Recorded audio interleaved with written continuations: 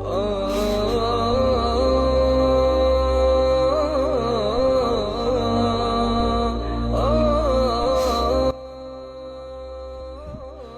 يأتي علينا الشهر ما نوقد فيه نارا كلنا كل يوم يشكر الترش وبنكور كبورنا ولا كده إنما هو التمر والماء طول جزء زمن بوبو بكجرو باندې بروانو د پیغمبر صلی الله علیه وسلم کورنۍ به په ورځ کې چې 2 پیری ډوډۍ خوړه نو یو پیر به پکې کجوري د شرمنې نه دغه تلای و به کې دنه د کجورو د پوستکي د کجورو د ورو د پوستکي به انسان چې هغه د ځمکې په دې مخ باندې ګوره انسان دی او د ادم د بچو سردار دی دا دغه د تلای نو که موږ ته لږه کمه میلاو شي نو ولې دومره خفګان یو نه اصل ځای زموږ کم یو دی آخرت هلته به انشاءالله هر څه الله راکړي د نعمتونه د مزې د چرچې د خوشحالیانې هر څه باندې دنیا خو د سختو ځای دی ګره پیغمبر صلی الله علیه وسلم باندې څومره سختي تېرې شوي دي څومره سختي موږ سیرت بیان کړی ده په آخرني مراحلو کې تاسو هغه سیرت خو واورئ که نه چې پیغمبر صلی الله علیه وسلم اولنی ورځ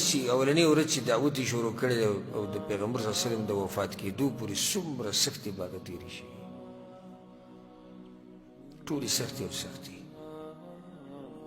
او کله چې به د زنکدن دا سخته وه نو هغه بیا داسې سخته چې عایشه رضی الله عنها وایي داسې سخته خو به پیغمبر د سره نه وه راغلې نو فاطمې څه ووایي وا کربابته هلې وي زما په پلار باندې سخته ده زنکدن کې پیغمبر صلی الله علیه وسلم ورته لیس علی ابیکی کرب بعد اليوم لور مخه پکې د نن نه بعد به ستا په پلار باندې سختي نه نو په موږ باندې به انشاءالله په آخرت کې سختي نه مؤمن ته حدیث کې راځي مؤمن ته چې په خپه کې معمولي غنه لاړه شي کنه دې دله چې تم الله ګناه ریږي معمولي غنه الله دې ګناه ریږي نو چې سړی په سختو کې پروت وي په مصیبتونو کې امتحانونو کې دې په بدله کې ور الله ډېر څه ورکوي بیا ودي حديث تقول ده عائشة رضي الله عنها روايته بدي بسي ويش ما شبع آل محمد صلى الله عليه وسلم منذ قدم المدينة من طعام بر 3 ليال تباعا حتى قبض پیغمبر صلى الله عليه وسلم کورنۍ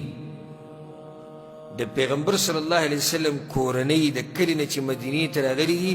3 ورځې پرله پسې د غنمو په ډوډو باندې نه دي ماړه شوي 3 ورځې پرله پسې د پیغمبر صلی الله علیه وسلم کورنۍ ته په مړه خېټه ډوډۍ نه ده میلاو شوې 3 ورځې پرله پسې 3 ليال تباعا 3 ورځې په سړي تېرې شي 3 ورځې اوس څه شی دی خو 3 ورځې هغوی ته پرله پسې د غنمو ډوډۍ داسې نه ده میلاو شوې چې خېټه پې ډکه کړي او زموږ دې عمرونو ته وګورئ یو سړی دی 50 کاله عمر دی او د اوسه پورې په مړه خېټه ډوډۍ خوړلې ده یو سړی دی 30 کاله عمر دی د اوسه پورې په مړه خېټه ډوډۍ خوړلې ده یو سړی دی 40 کاله عمر دی د اوسه پورې په مړه خېټه ډوډۍ خوړلې ده دی به هم لږ خبرې به کوي وي حالات موږ باندې ګډوډ دي 3 ورځې پیغمبر صلی الله علیه وسلم په کورنۍ داسې نه دي راغلي چې پرله پسې د هغوی د غنمو ډوډۍ وخوري په دې طریقې سره چې خېټه پې مړه کړي عائشة رضي الله عنها وإذا بل روايتهم داقيدة ما أكل آل محمد صلى الله عليه وسلم أكلتين في يوم إلا إحداهما تمر وإذا پیغمبر صلى الله عليه وسلم کورنۍ به په ورځ کې چې 2 پیری ډوډۍ خوړه نو یو پیر به پکې کجوري خوړي لازم به په یو ډوډۍ کې کجوري وي یو ټیم به ورته ډوډۍ میلاو شوه بل ټیم به ډوډۍ نه نو به کجوري خوړي گزاره د هغوی په کجورو باندې روانه وه ټوله گزاره د هغوی په کجورو باندې روانه د ورځې به 2 پیرې ډوډۍ وخوړه که نه نو د یو پیر کې به لازم به کجوري خوړي نور څه به نه و صرف به کجوري وي مطلب دی چې داسې وخت په هغوی نه دی راغلی د پیغمبر په کورنۍ باندې چې په ورځ کې دې 2 پیرې ډوډۍ وخوري غنم وربش او دا ورته میلاوي شي که یو پیر به غنم وخوړو نو بل پیر له به کجورې وخوړي که د ورځې به کجورې وخوړي د شپې به ورته بیا ډوډۍ وه که د شپې به کجورې وي د ورځې به ډوډۍ وخوړه خو داسې ډوډۍ نه وه چې 2 ټیم هغوی ته پوره شي نو کجورې به یو ټیم نه وخوړي دا بل روایت هم د عایشه رضی الله عنها دی وی کان فراش رسول الله صلی الله علیه وسلم من ادم د پیغمبر صلی الله علیه وسلم تلهی د سرمنې نه جوړه شوې وه وحشوه من لیف او دنه د کجورو د پوستکو نه یې ډکه کړې وه دا د خوږ انسان چې هغه د ځمکې په دې مخ باندې غوره انسان دی او د ادم د بچو سردار دی دا د هغه د تلهی حال دی د سرمنې نه د هغه تلهی وه او په هغې کې دنه د کجورو د پوستکي د کجورو د ونو د پوستکي پکې پراته د هغې نه یې د تلهی ډکه کړې وه په دې کې به هغه ګزاره کوله او هغه واقعه تاسو ته معلومه ده کله چې پسې عمر بن خطاب رضی الله راغی او پیغمبر صلی الله علیه وسلم د خپلو بیبیانو نه خفه شوی او قسم یې خوړلی و چې یو میاشت به کور ته نه راځم نو عمر بن خطاب چې راغی پیغمبر صلی الله علیه وسلم ته وکتو په ژړا شو پیغمبر صلی الله علیه وسلم ورته وویلې عمر ژاړي ولې هغې د پیغمبر صلی الله علیه وسلم په ملا کې دغه چټایي نښې ولیدې په کوم باندې چې پیغمبر صلی الله علیه وسلم پروت د دې د لاسه په ژړا شو دا د پیغمبر صلی الله علیه وسلم ژوند ما ورته په څنګه تلهیانو کې په څنګه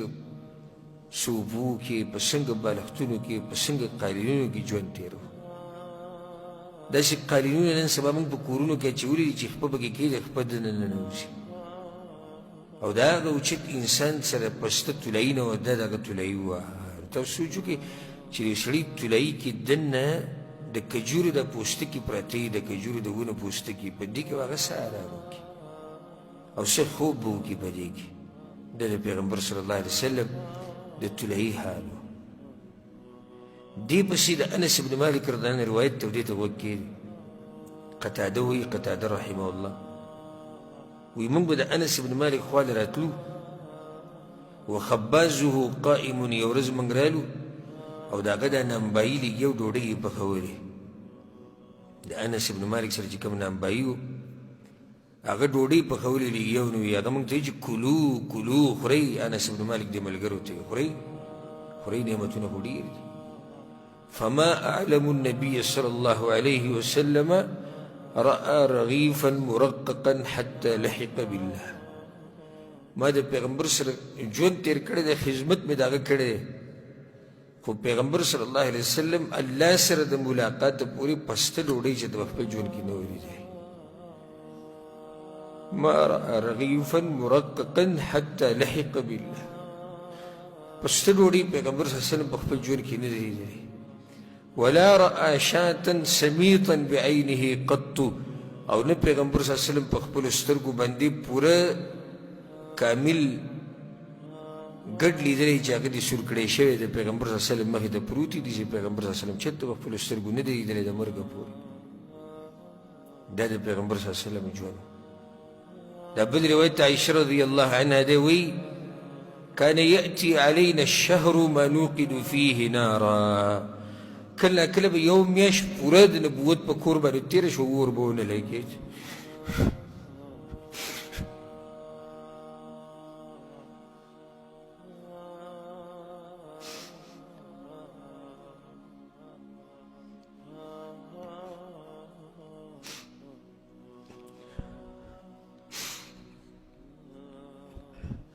كان يأتي علينا الشهر ما نوقد فيه نارا كلنا كلمة يوم يشكر الترش وبنكور كبور نولقد إنما هو التمر والماء طول جزء زمن بوبو بكجرو باندې بروهانو إلا أن نؤتى باللحي كشرت تشاب كلنا كريس لقى وانت كي غوهر ولا